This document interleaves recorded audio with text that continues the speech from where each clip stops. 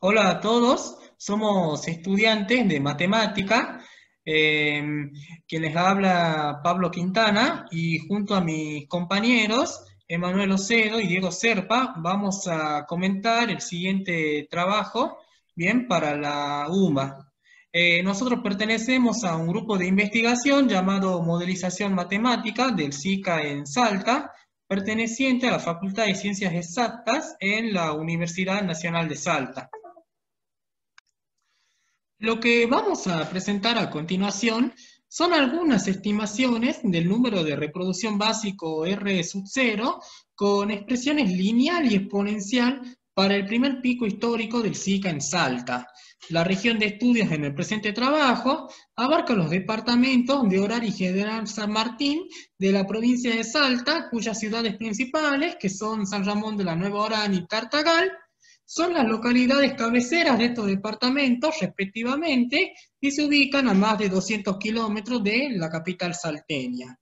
Una de las graves consecuencias del Zika son las malformaciones congénitas en recién nacido y el síndrome de Guillain-Barré, que produce alteraciones neurológicas en adultos. Es por esto que estamos preocupados por lo que podría ocurrir en las poblaciones de la región y sobre todo en la aborigen, donde hoy es una de las zonas rojas de transmisión comunitaria de COVID-19 en Salta. En este gráfico se muestra el daño que produce el virus en células del cerebro, cuya consecuencia es la microcefalia y un modelo de la cápside del virus. ¿A qué hacemos referencia cuando hablamos de cápside? A un conjunto de proteínas que envuelve el material genético, tanto el ADN como el ARN, de un cierto virus. En el año 2014, más precisamente en febrero, en la isla de Pascua, en Chile, se reporta el primer caso autóctono del Zika en las Américas. Posteriormente, el Zika ingresó por Brasil, más precisamente en Maranhão, esto fue en febrero del año 2015, y siguió avanzando hacia el sur de Sudamérica. Luego, en abril del año 2015, se extiende, es decir, aparecen casos ya en Bahía, en Brasil. Y con el correr de los tiempos vemos que en mayo del 2015 aparecen casos en otras ciudades de Brasil, por ejemplo en Sao Paulo. Bien, después tenemos ya que en junio del 2015 aparecen casos en otras ciudades, como por ejemplo en Río de Janeiro.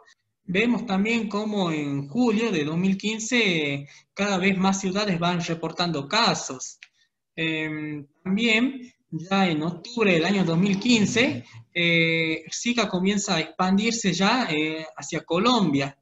Y en noviembre del año 2015 ya aparecen casos en Amambay, más precisamente en Paraguay. Bien, después ya en enero de 2016 aparecen casos ahora en Santa Cruz, en Bolivia, y ya en febrero del año 2016 aparecen ya casos en Argentina, más precisamente en Córdoba.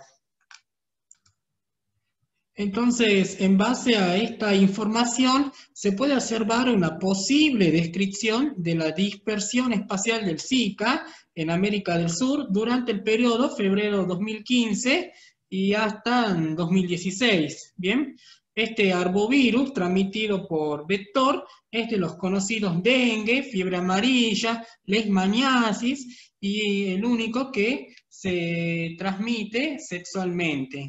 Nosotros construimos mapas usando el software GIS para tener una panorámica de cómo se expandió en América del Sur hasta llegar a la Argentina.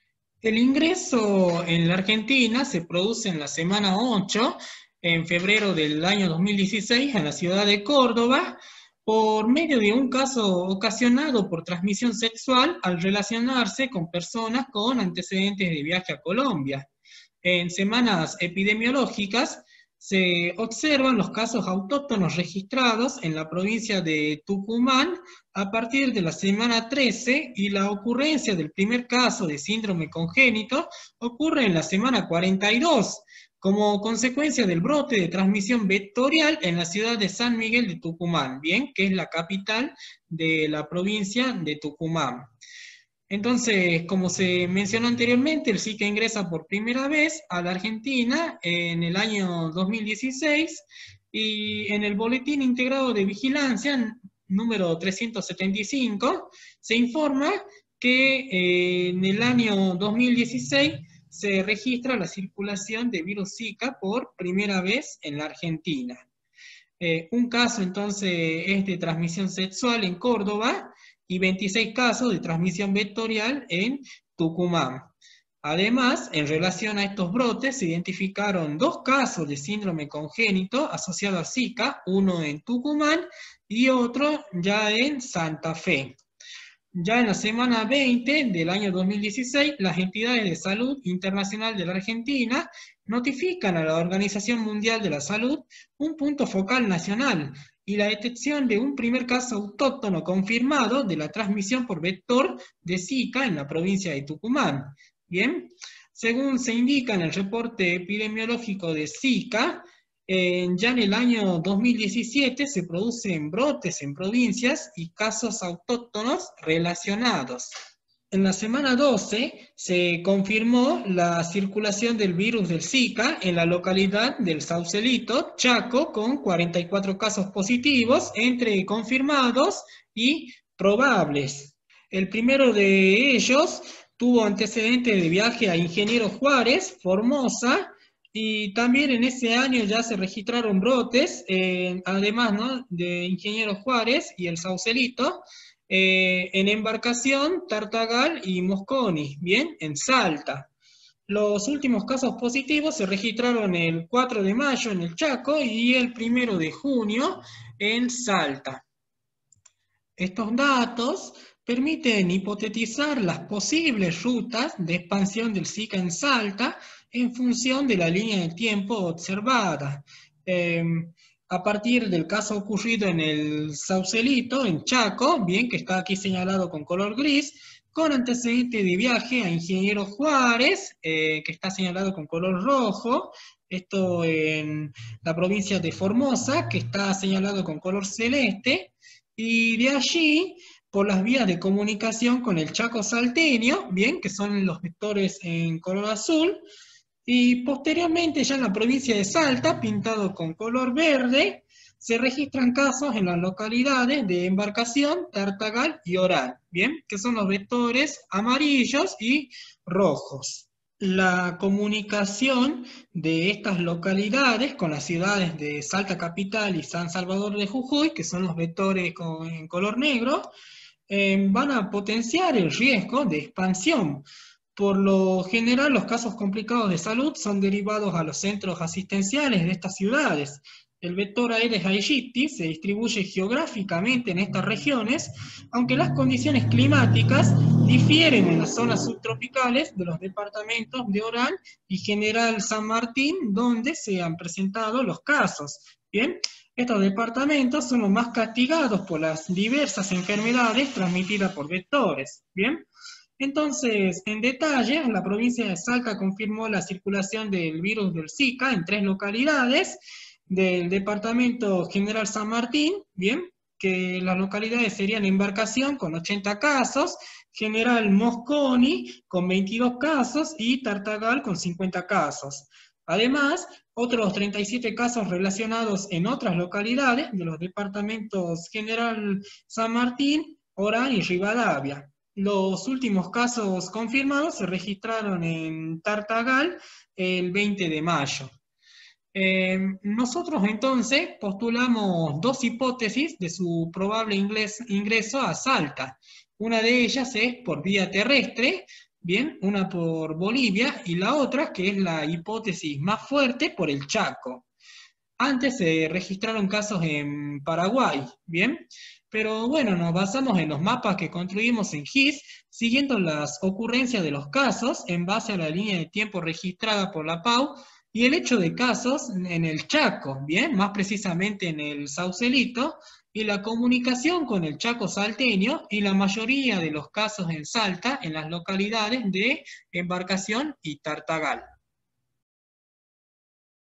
Bueno, lo importante de la construcción del mapa es que se georreferencian los casos por localidades y se tiene una región delimitada de donde ocurren las infecciones de Zika en Salta. Se ve en el mapa de calor usando técnica de Kriging, software de GIF, archivos Shepperfield del Instituto Geográfico Nacional, donde están las localidades de los casos registrados. Retomando lo ya mencionado, vemos que los departamentos afectados por el brote del virus son General San Martín, por esta parte, Orán y Rivadavia. Según los datos recopilados, los números de casos en las localidades de los diferentes departamentos fueron Embarcación con 80 casos, Tartagal 50, General Mosconi 22 y entre lo que sería Orán y Rivadavia 37 casos relacionados. Bien, continuando con nuestro trabajo, hablaremos sobre la estimación del número de reproducción básico. En su libro, Begón presenta detalles del crecimiento exponencial discreto e introduce la idea de tasa de reproducción neta y luego explica el concepto de número de reproducción básico.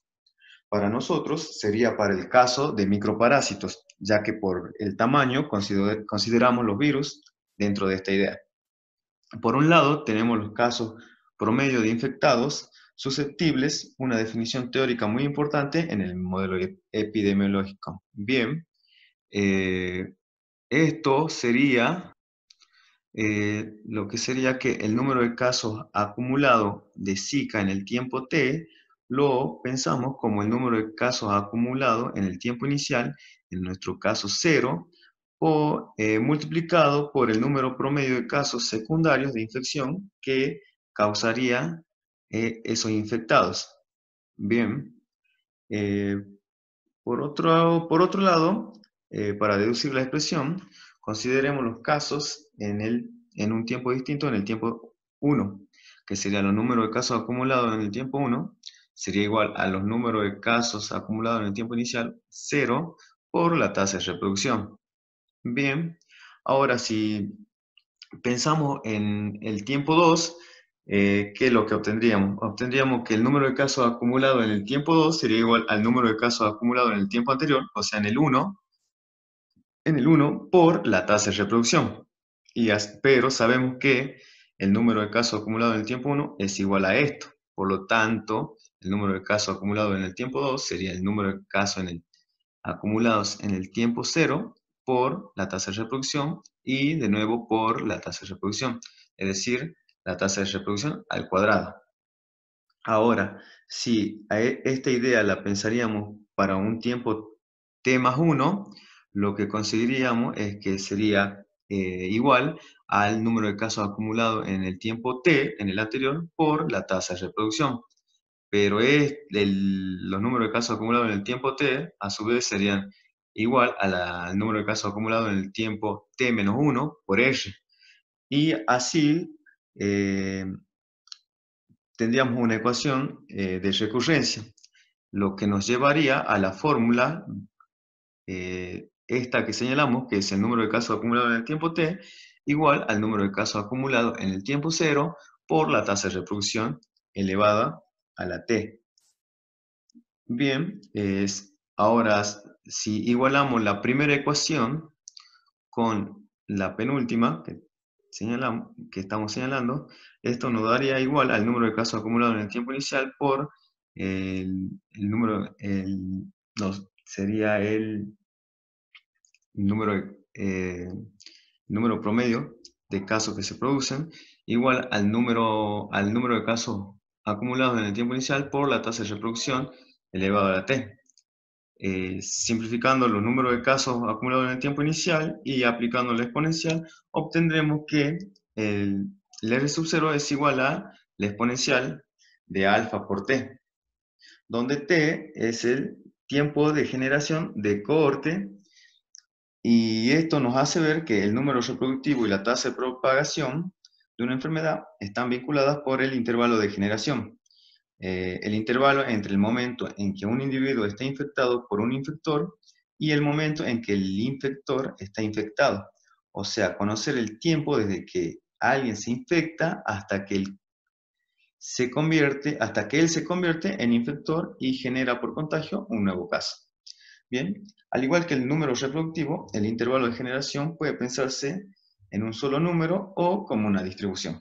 Bien, siguiendo con el trabajo, planteamos entonces la estimación del número reproductivo a partir de la fórmula de Anderson y May, o sea, planteando un modelo lineal para determinar este número reproductivo.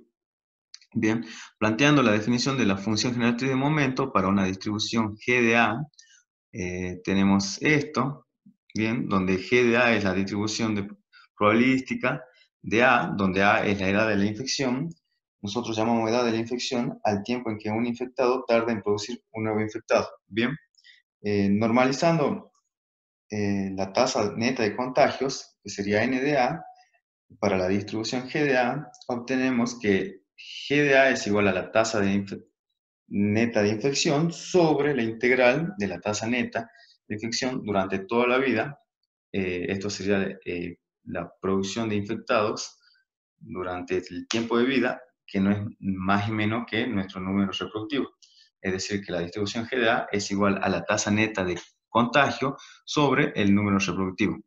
Bien, ahora planteando la ecuación de Lotka-Euler, y obtenemos para la tasa de contagio neta, y relacionando con lo anterior, obtenemos lo siguiente, que es igual a 1, ya que la tasa neta de contagio está normalizada. Bien, despejando R sub 0, obtenemos esta ecuación, y si podemos observar en el denominador, es la definición de la función generatriz de momento para un parámetro menos alfa. Es decir, que el número reproductivo es igual a 1 sobre la función generatriz de momento con parámetro menos alfa. Bien, planteando la función generatriz de momento para una distribución exponencial, G de A igual a lambda por la exponencial de menos lambda por A. Como ya sabemos cuál es la función generatriz de momento de esta distribución, que es mz igual a lambda sobre lambda menos z, haciendo el cambio de variable por el parámetro menos alfa, obtenemos que el R sub 0 es igual a lambda más alfa, pues hay que hacer un cambio de signo, sobre lambda. Esto será igual a 1 más alfa por t. Bien. Donde t es igual al tiempo de generación y es la recíproca del parámetro, es decir, 1 sobre lambda, en donde t sería el promedio de esta distribución, el cual lo generamos estocásticamente.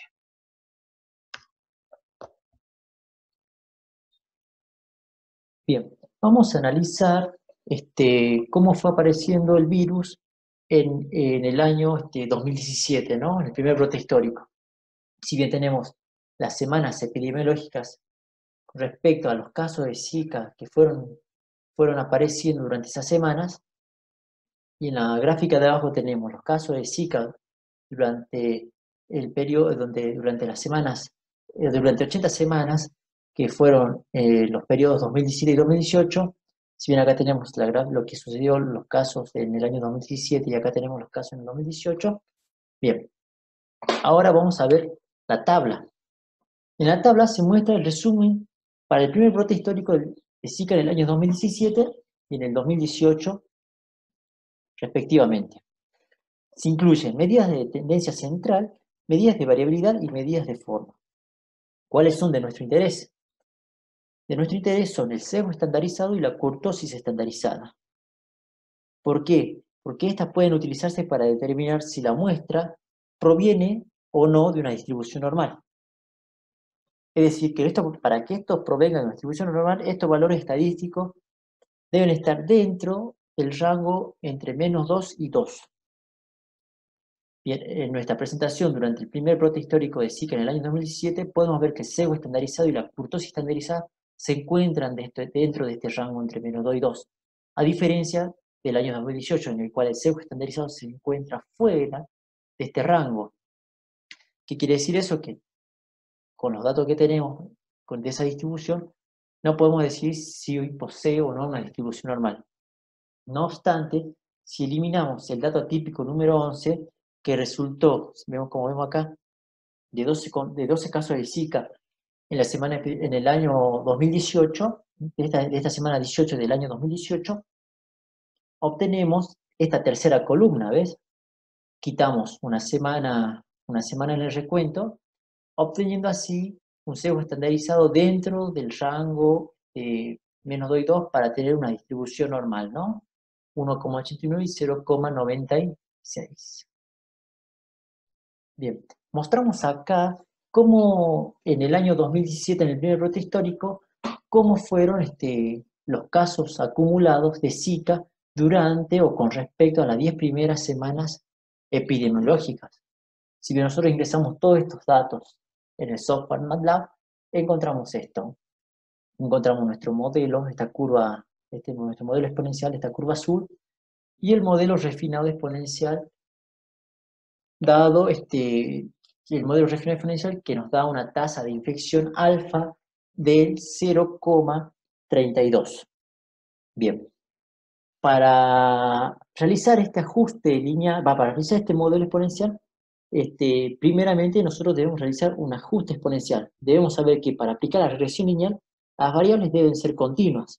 Como ven aquí, tenemos semanas, las cuales no son continuas, y mucho menos los casos acumulados. Entonces, ¿qué vamos a hacer nosotros? De todas formas, nosotros vamos a usar estos datos para hacer pasar una curva, ¿no? La azul, la que estamos viendo en estos momentos. Bien. Para realizar, como dijimos en principio, para realizar el ajuste lineal, tenemos lo siguiente. Tenemos el ajuste lineal y el modelo correspondiente respecto a cada una de estas semanas, desde la semana 5 hasta la semana 10, con sus respectivos estadísticos. Vamos a decir que los coeficientes de determinación, estos coeficientes, varían entre 84,35 y 88,32 para el brote del año 2017, que es el que estamos analizando, ¿no? Bien, el modelo adecuado, según el coeficiente de determinación y el criterio de información acá hay que corresponde a la semana epidemiológica número 10, es decir, que nuestro mejor modelo viene dado por la semana epidemiológica número 10, con una tasa de infección o tasa o estimación de la fuerza de infección alfa igual a 0,42 y el programa nos dio un 0,32 el alfa, ¿no? Acá en este modelo exponencial refinado. Bien. Bien, lo que vamos a hacer aquí es estudiar el número reproductivo básico, que nos da el promedio, es decir, el número de casos de infectado que produce el primer infectado cuando éste es colocado en una población susceptible. Lo que hacemos es calcular el promedio de infectados que este infectado ha producido. Para eso vamos a estudiar dos modelos básicos, el modelo de Beacon y de Anderson-May. El modelo de Beacon es el exponencial y el modelo de Anderson-May un modelo lineal, para hallar el R sub 0, es decir, el número reproductivo básico. Si bien, como no se conoce el tiempo de generación que transcurre entre cuando una persona se infecta y ella se transforma en un infector, y este produce un nuevo infectado, lo que vamos a hacer es vamos a generar el tiempo de infección del mosquito y vamos a generar el tiempo de infección del hombre. Y vamos a realizar 50 simulaciones para hallar el número reproductivo básico. Y así sacar el promedio. Todo esto lo vamos a hacer con el programa MATLAB. Si bien acá están las simulaciones, vemos el promedio del número reproductivo básico es en la línea horizontal roja. Bien, analizando la tabla vamos a decir lo siguiente entonces. Para una fuerza de infección con una tasa de infección 0,32 en el modelo lineal de Anderson-May, obtenemos el promedio del número reproductivo básico 1,105.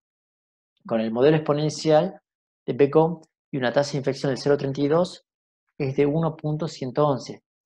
Usando la tasa encontrada en la semana epidemiológica número 10, el modelo, el número reproductivo básico dado por el modelo de Anderson-May es 1,137 y del modelo exponencial de Beacon viene dado por el promedio del número reproductivo básico viene dado por 1,147.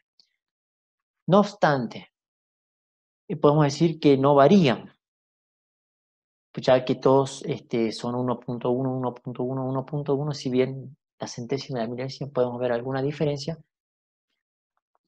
pero no podemos afirmar esto, ya que no hicimos ningún test para afirmarlo, ¿no? Nuestras conclusiones. Se estimó el número reproductivo básico para el primer brote histórico ocurrido en Salta en el año 2017 usando un análisis retrospectivo y descriptivo y relacional. Se usaron dos expresiones, la de Becon, que era la exponencial, y la expresión de Anderson-May, que era la lineal. Prácticamente no encontramos diferencias en las estimaciones. Si bien los valores superan por poco el umbral de R sub 0 igual a 1, las estimaciones resultan razonables, porque el primer brote de Zika en Salta fue de corta duración y baja intensidad, debido a la fuerza de infección estimada por alfa, dada por alfa. Bien, las características del primer brote histórico sigue el patrón de las enfermedades emergentes. Inician con pocos casos y luego le sigue una fase de silencio. No obstante, las autoridades de salud pública de Salta deberían proporcionar no solo repelentes, sino también insecticidas, redes mosquiteras, para camas y ventanas, porque la región posee muchos habitantes con necesidades básicas que no están todavía satisfechas. Estas acciones benefician también a la prevención del dengue, la leishmaniasis y la chikungunya.